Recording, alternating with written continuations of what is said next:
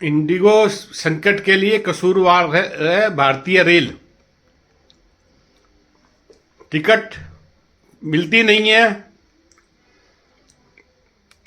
भारतीय सरकारी रेल राजमिस्त्री बेलदार को भी मजबूरी में हवाई जहाज की टिकट लेके जाना पड़ता है। इतनी बड़ी आबादी जब हवाई जहाज से जाएगी, ये प्रॉब्लम आएगी आएगी। दुनिया के किसी भी देश में ट्रेन सरकारी कर्मचारी नहीं चला रहे।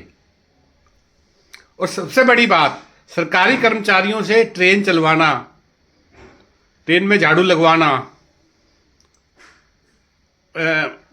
पटरी का काम करवाना, एक तो सरकारी कर्मचारी की ये बेइज्जती है, सरकारी कर्मचारी की तौहीन है। दुनिया में किसी भी देश में ट्रेन सरकार कर्मचारी नहीं चला रहे, तो भारत में ये क्यों चला रहे हैं? अगर प्राइवेट कंपनियां ट्रेन चला रही होती तो हर आधे आधे घंटे में बिहार और बॉम्बे की ट्रेन प्राइवेट कंपनियां चलाती। किराया first AC second AC Vande Bharat से कम होता उनका, ठीक है, नॉन एसी से किराया उनका ज्यादा होता। और दूसरी बात, प्राइवेट कंपनी मतलब प्राइवेट हैंड में, मतलब अगर रेलवे को दे देते हैं पूरा, तो 2,62,000 करोड़ रुपया इस साल गवर्नमेंट ने दिया है रेल को। वह भारत के गरीब और मिडिल क्लास जनता में परिवारों में बांटते हैं, तो 15,00,000 रुपये सालाना भारत के सभी परिवारों को मिलता है रेलवे के निजीकरण से। जब बेलदार भी प्लेन में जाएगा। अच्छा, दूसरी बात, अब हजारों हवाई जहाज ऊपर जाके दिल्ली के हवा में पेट्रोल छोड़ रहे हैं, डीजल खराब हवा जला रहे हैं, तो दिल्ली के पोल्यूशन में भी ये हवाई जहाज अपना योगदान दे रहे हैं। दिल्ली से बिहार बसों में जा रहे हैं लोग। अगर ट्रेन प्राइवेट हैंड में होगी तो ये लंबी दूरी की बसें गायब हो जाएंगी, एयरपोर्ट खाली हो जाएंगे, एयरप्लेन के यात्री हाफ हो जाएंगे, देश का पेट्रोल बचेगा। और सबसे बड़ी बात, दुनिया में किसी भी देश में सरकारी कर्मचारी ट्रेन नहीं चला रहे, तो भारत में ये क्यों चल रहा है? माना मोदी जी ने, अश्विनी वैष्णव जी ने बहुत कुछ सुधार करा है, लेकिन कामचोर सरकारी कर्मचारियों को कोई नहीं सुधार सकता। रेलवे का निजीकरण ही समाधान है। पोल्यूशन में भी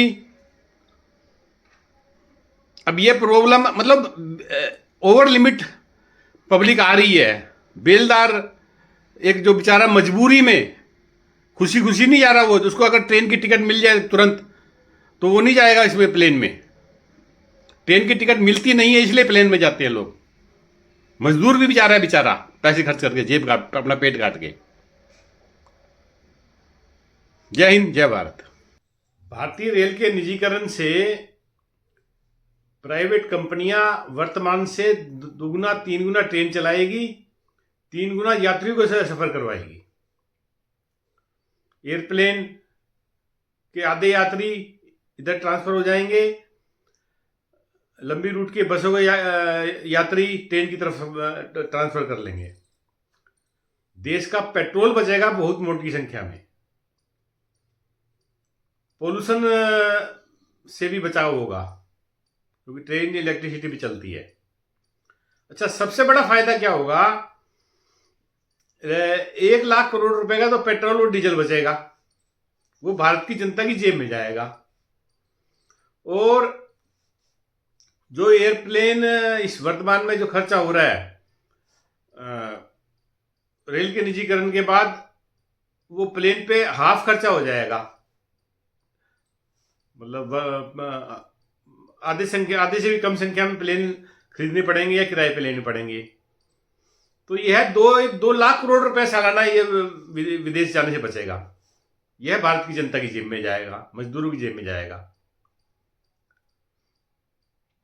ट्रेन प्राइवेट हैंड में जाने के बाद डेफिनेट ट्रेन की गति भी सुधरेगी, ट्रेन की क्वालिटी भी सुधरेगी, ट्रेन सभी एसी हो जाएगी, और नॉन एसी के किराए बेशक बढ़ेंगे, लेकिन फर्स्ट एसी और सेकंड एसी वंदे भारत के किराए कम होंगे और 15,000 रुपये सालाना मिडिल क्लास गरीब क्लास के परिवारों को ट्रेन के निजीकरण के बाद मिल सकता है प्रति वर्ष।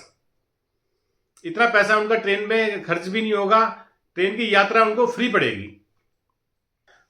ट्रेन के निजीकरण के बाद 20-30 लाख नया रोजगार पैदा होगा। प्राइवेट कंपनियां जो भर्ती करेंगी, कम से कम 20-30 लाख नया रोजगार पैदा होगा। जय हिंद, जय भारत।